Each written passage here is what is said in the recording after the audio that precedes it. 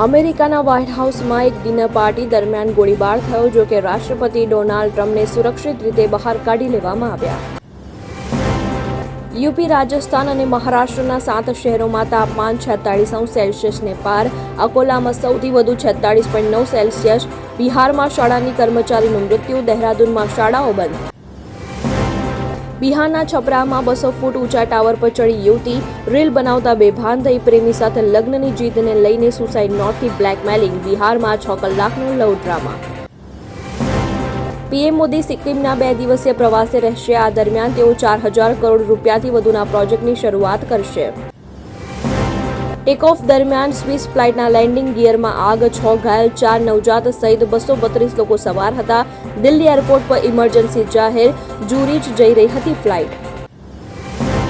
પશ્ચિમ બંગાળના બોનગાંવમાં એક રેલીમાં સંબોધન કરતા પીએમ મોદીએ કહ્યું, ટીએમસીનો ઘમંડ તૂટી ગયો. ભાજપની જીત નક્કી. મમતાની સરકારના નાના નેતા પોતાને સરકાર માનવા લાગ્યા છે. મતદાનમાં હાર્ટ એટેકથી 3ના મોત. જામનગર મનપામાં આપના ઉમેદવારનું નિધન. ગરમી 44° અને મતદાન 57%.